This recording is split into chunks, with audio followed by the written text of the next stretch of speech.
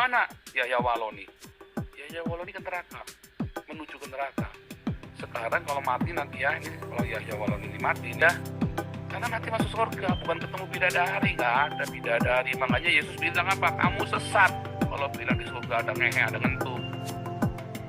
Sesat. Muhammad itu sesat ngomong di surga ada ngehe.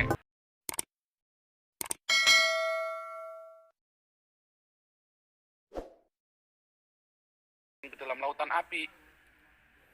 Kalau Anda tidak percaya bahwa Yesus adalah kurios majikanmu satu-satunya, bukan Muhammad, bukan Allah SWT, tapi Yesus majikanmu, Tuanmu, segala-galanya dalam hidupmu. Kalau engkau yang masih jual harga dirimu mahal-mahal, ya, tidak kau berikan kepada Yesus, masih mau nagih harga dirimu kepada sesamamu, berarti kan Anda belum serahkan seluruhnya kan? Anda kan masuk ke dalam sini. Makanya hati-hati Anda yang dikit-dikit mau ini, gue masih punya harga diri, gue masih punya harga diri. Hati-hati. Kita sudah dibeli, harganya lunas dibayar. Sebab engkau telah dibeli, harganya lunas dibayar. Jangan nagih harga diri lagi ya. Jadi diaken. Karena harga kita. Oh Pak, kita nggak punya harga diri. Iya. Kita terjual habis. Makanya kalau udah rendahkan kamu, kamu diam. Kita memang pantas direndahkan. Hanya Yesus yang pantas dipuji dan dimuliakan. Ya. Makanya Anda tulus. Karena hidup kita ini hambanya Tuhan Yesus. Kalaupun ia menganggap kita anak, itu bonus. Ya, oleh karena Roh Kudus maka ya kita dilayakkan menjadi anaknya. Kita memanggilnya ya Aba, ya Bapak, itu bonus. Tapi nggak usah sok belagu. Gua ini anak raja lu, jangan macam-macam sama gua kepret lu, ha. Jangan macam-macam lu ya. Yang bilang sama saya, lo Pak harga diri, Pak, wah harga diri. Ya berarti kamu belum lunas dibayar oleh Yesus. Kata dulu Yesus ya, coba nanti saya bilang sama Tuhan Yesus deh. Kenapa sih dia, Tuhan kok lu beli malu-maluin amat, masa beli dia dicicil? Tuhan beli saya dulu lunas, beli dia dicicil. Emang lagi kekurangan duit ya surga ya? Harganya masih bayar, Anda jangan sok-sokan harga diri ya. Nah itulah kehina. Nah bedanya kehina dengan Hades.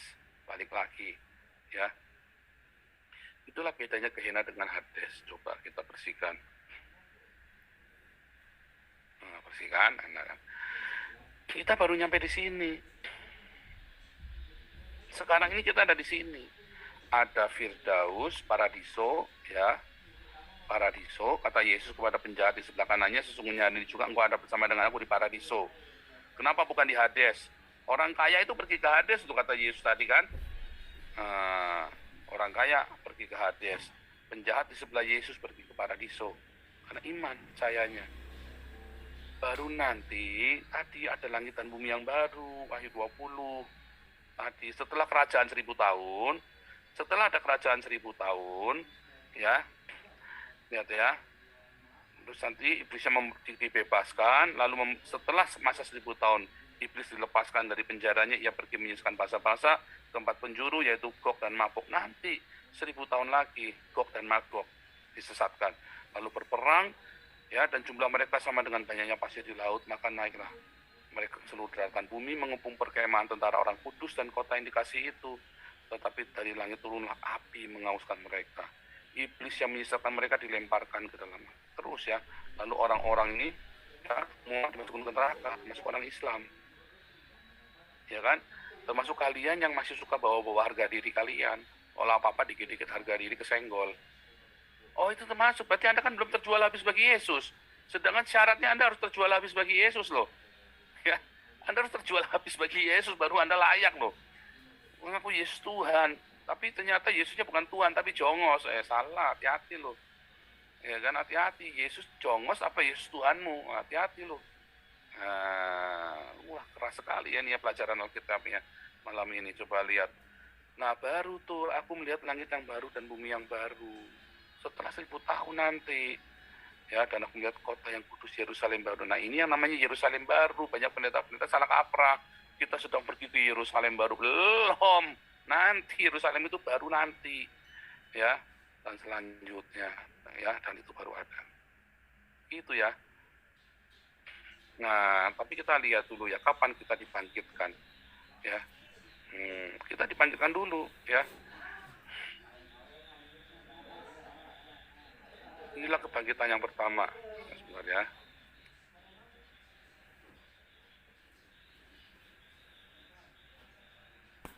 Ada di Wahyu 20. Mana? Ada di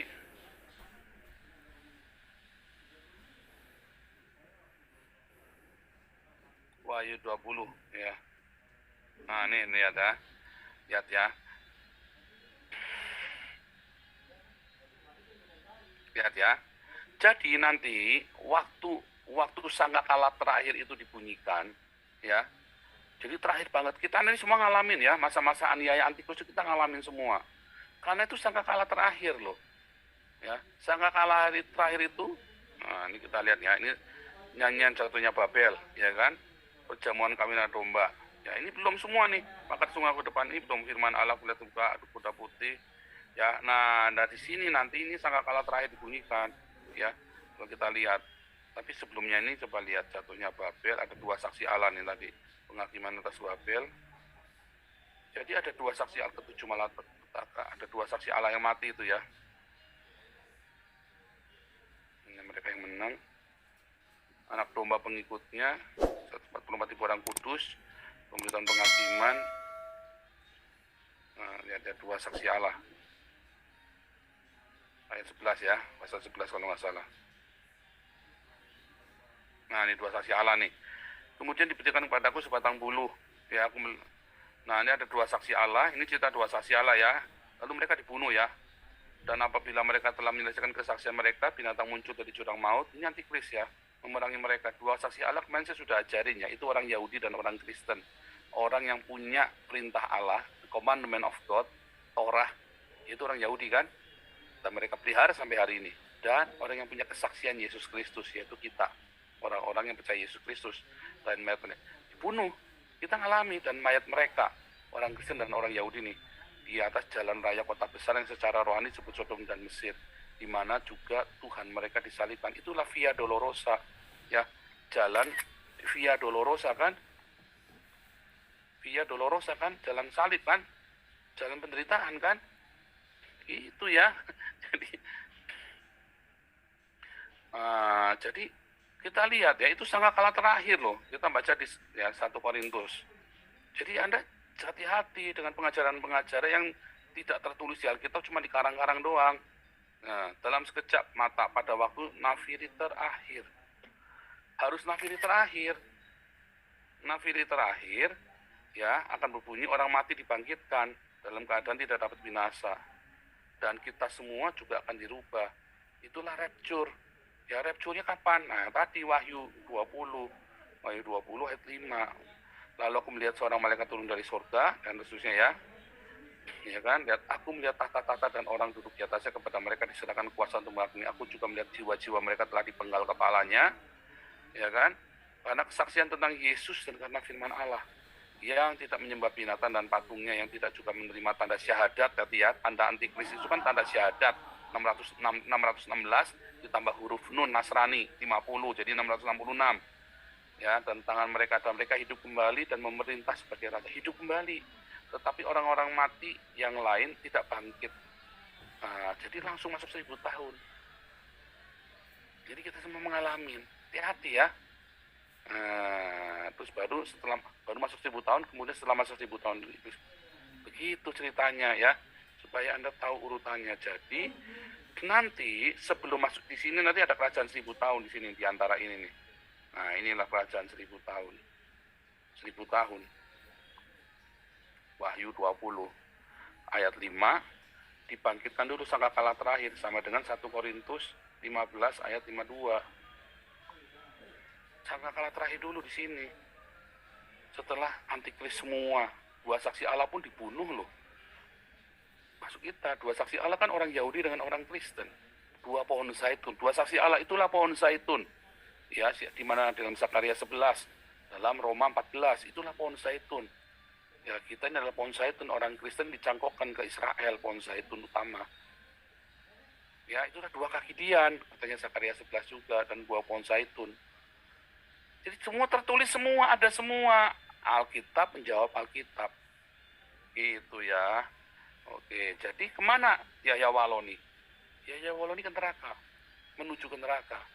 Sekarang kalau mati nanti ya, ini kalau ya walau ini mati nih, ya dia tunggu di Hades, nunggu di Hades dia menderita, di Hades pun menderita. Makanya semua orang lihat di perjanjian lama, para nabi kalau mati diratapin, Musa aja diratapin lo mati lo, Harun diratapin, Miriam diratapin, Daud diratapin, semua raja-raja kalau mati diratapin, semua nabi-nabi mati diratapin.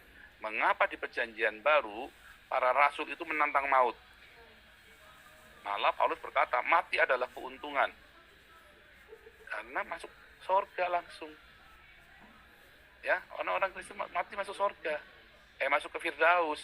Senang langsung pindah. Katanya Petrus, wah aku gak sabar pengen pindah dari tenda yang fana ini. Supaya kita masuk dengan tenda abadi.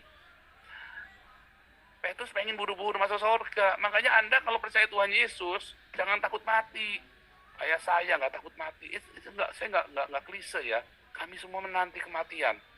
Tapi kalau saya masih hidup, saya mati-matian berusaha untuk memberitakan Injil sebanyak-banyaknya. Gitu ya. Karena nanti masuk surga, bukan ketemu bidadari, nggak ada bidadari. Makanya Yesus bilang apa? Kamu sesat. Kalau bilang di surga ada ngehe, ada ngentu. Sesat. Muhammad itu sesat. Ngomong di surga ada ngehe. Ya bahasanya harus gitu, bahasa tukang beca, supaya kalian paham. Kalau saya bilang pakai bahasa tinggi-tinggi nanti yang tukang beca kagak ngerti.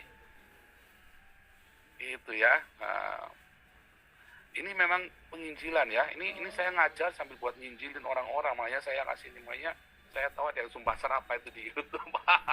Jangan diusir, begitu ya. Ya walau ini mau dikubur di mana ya. Masa bodoh nggak tahu ada di mana. Bukan masalah kubur. Kalau masalah kubur mengubur udah bukan. Orang udah mati mau dikubur secara Islam, secara bidu, mau dikremasi, mau diapa, goblok juga nih kadang-kadang orang Islam. Orang udah mati kok. Yang masih hidup ini jiwanya selamat. Kalau ya walau ini nggak obat, masuk neraka. Ya, apalagi hujatnya itu udah kelewatan. Bagus ya. Dia kan pengen ketemu Muhammad, ya ketemu Muhammad dulu di Hades, menderita dulu nanti dihakimi. Ya. Oke. Waduh, kita akan kasih untuk ini untuk bertanya ya.